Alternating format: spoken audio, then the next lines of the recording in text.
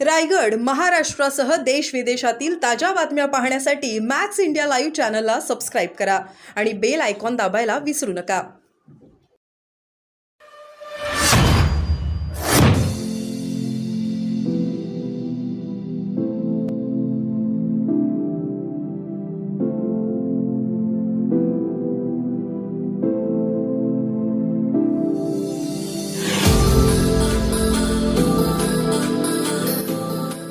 शेतकऱ्यांच्या सोबत आहे. आमची भूमिका कांदा निर्यातीच्या बाबतीमध्ये एवढीच आहे की केंद्र सरकारनं त्या ठिकाणी निर्यात बंदी करा, कांदा चंद्रावर पाठवा, समुद्रात टाका, नाहीतर ग्राहकांना मोफत वाटा. आम्हाला याच्याशी काही घेणं देणं नाही. भाजप किसान मोर्चा म्हणून शेतकऱ्याला योग्य तो भाव मिळाला पाहिजे. शेतकऱ्याला मिळणारा भाव हा इंटॅक्ट राहिला पाहिजे. कुठल्याही परिस्थितीत तो भाव पडला नाही पाहिजे.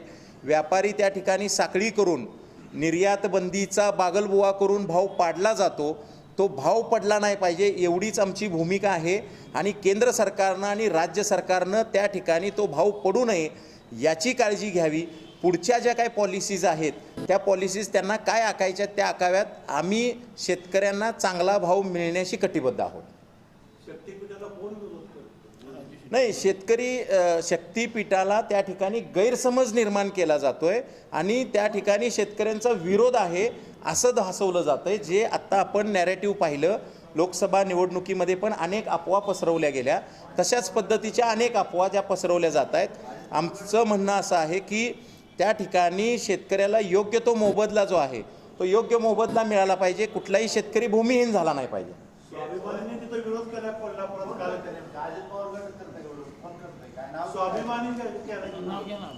नाही, बेसिकली मुद्दा असा आहे की शेतकऱ्यांचा त्या ठिकाणी भूमिहीन जर शेतकरी होत असेल तर तो त्या ठिकाणी शेतकऱ्यांचा विरोध आहे. आमचं म्हणणं आहे की शेतकरी भूमिहीन झाला नाही पाहिजे. मुश्रीफ साहेबांनी देखील तीच भूमिका मांडली जी आम्ही पण मांडतो. शेतकरी जर भूमिहीन होत असेल तर आम्हाला पण महामार्ग नको. शेतकरी भूमिहीन झाला नाही पाहिजे. शेतकऱ्याला जमिनीच्या बदल्यात त्या ठिकाणी जमीन मिळाली पाहिजे, ही देखील आमचीच भूमिका आहे. तीच देखील अजित पवार गटाची देखील त्या ठिकाणी कोल्हापुरातली भूमिका आहे. त्यामुळे त्याच्यामध्ये राजकीय असा काही विषय नाही आहे. पण काही काँग्रेस असेल, स्वाभिमानी शेतकरी संघटना असेल, शेतकऱ्यांच्या या असंतोषाचं कुठंतरी भांडवल करून कुठंतरी राजकीय पोळी भाजण्याचा प्रयत्न करतायत, ज्याच्यामध्ये ते पटायत आहेत. सन्माननीय देवेंद्रजींच्या मार्गदर्शनाखाली त्या ठिकाणी राज्यातले सर्व भौगोलिक प्रक्षेत्र जे आहे, विदर्भ, मराठवाडा, पश्चिम महाराष्ट्र आणि कोकण, असं एकत्रित जोडणारा एकमेव महामार्ग म्हणजे शक्तीपीठ महामार्ग होतो आहे.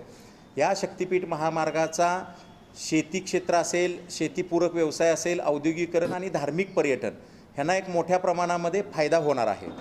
या बरोबर आता जे पश्चिम महाराष्ट्रात मोठ्या प्रमाणात दूध उत्पादन आहे, विदर्भामध्ये दुधाचा तुटवडा आहे, तर आम्हाला त्या ठिकाणी आज मुंबईला दूध पाठवतोय तेच नागपूरला दूध पाठवणं सोयीस्कर होणार आहे. तर ह्या महामार्गाची गरज ही संपूर्ण प्रक्षेत्राला आहे. परंतु आमच्याकडील काही जिल्ह्यांमध्ये, मग त्या ठिकाणी सांगली असेल किंवा कोल्हापूर जिल्हा असेल, यामध्ये काही राजकीय अभिलाषेतून नेते मंडळी हे शेतकऱ्यांच्यामध्ये गैरसमज पसरवत आहेत. तर हा गैरसमज जो आहे तो दूर करण्यासाठी आम्ही शेतकऱ्यांच्यापर्यंत पोहोचणार आहोत. त्यासोबतच शेतकऱ्यांना योग्य तो मोबदला त्या ठिकाणी मिळाला पाहिजे. जसं समृद्धी महामार्ग असेल किंवा नागपूर रत्नागिरी महामार्ग आहे, तर याच्यासाठी जशा पद्धतीनं सरकारनं मोबदला दिला तर तशाच प्रकारे मोबदला या महामार्गाला सुद्धा मिळाला पाहिजे. या पश्चिम महाराष्ट्रातलं जर सोलापूर, सांगली, कोल्हापुरातले अनेक जे शेतकरी जे आहेत ते ह्या महामार्गामुळे भूमिहीन होत आहेत. तर भूमिहीन न होता मोबदल्यासोबतच जमिनीच्या बदल्यात जमीन ही त्या शेतकऱ्याला मिळाली पाहिजे, जेणेकरून ते कुटुंब भूमिहीन होणार नाही. आणि ह्या सर्व शेतकऱ्यांना प्रकल्प बाधित म्हणून कन्सिडर करून सरकारी नोकरी मिळण्यासाठीचा मार्ग जो आहे तो त्या शेतकऱ्यांचा मोकळा झाला पाहिजे. ही अशी आमची भाजप किसान मोर्चा महाराष्ट्र प्रदेशची भूमिका आहे. आणि हीच शेतकऱ्यांची जी भूमिका आहे ती मांडण्यासाठी आम्ही येत्या पुढच्या आठवड्यामध्ये राज्य शासनाकडं बैठक लावून या संदर्भामध्ये पाठपुरावा करणार आहोत. त्यामुळं अशा ज्या काही पद्धतीनं मोर्चे आणि असंतोष किंवा गैरसमज शेतकऱ्यांच्या मध्ये पसरवण्यात येतोय, अशा प्रकारच्या कुठल्याही गोष्टीला शेतकऱ्यांनी बळी पडू नये. भाजप किसान मोर्चा शेतकऱ्यांच्या या संदर्भामध्ये झालेल्या गैरसमज दूर करण्यासाठी आणि शेतकऱ्यांना योग्य तो न्याय देण्यासाठी कटिबद्ध आहे.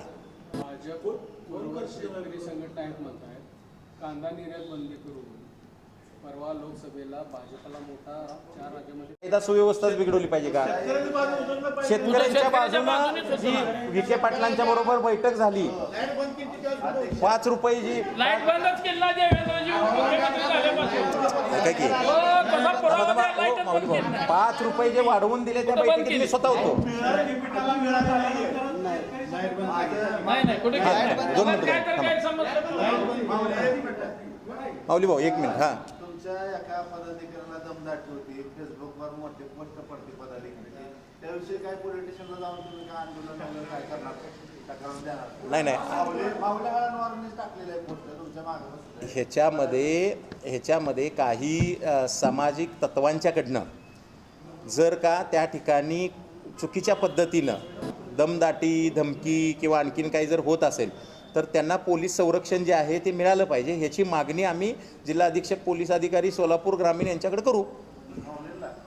आज ज्यांना धोका आहे त्यांना, आता माऊली भावना जर धोका असेल तर पोलीस जिल्हा अध्यक्ष आहेत दक्षिणचे, उत्तरचे अध्यक्ष बाळासाहेब सरगर आहेत आणि आमचे सरचिटणीस सोपान नागरे हां आजचा जो विषय पत्रकार परिषदेचा आहे तो म्हणजे बेसिकली मुद्दा असा आहे की राज्य सरकारनं सन्माननीय देवेंद्रजी फडणवीस साहेबांच्या मार्गदर्शनाखाली या राज्यामध्ये नागपूर ते बांदा म्हणजे गोवा हा शक्तिपीठ महामार्गाचं आरेखन केलं, त्याची घोषणा केली.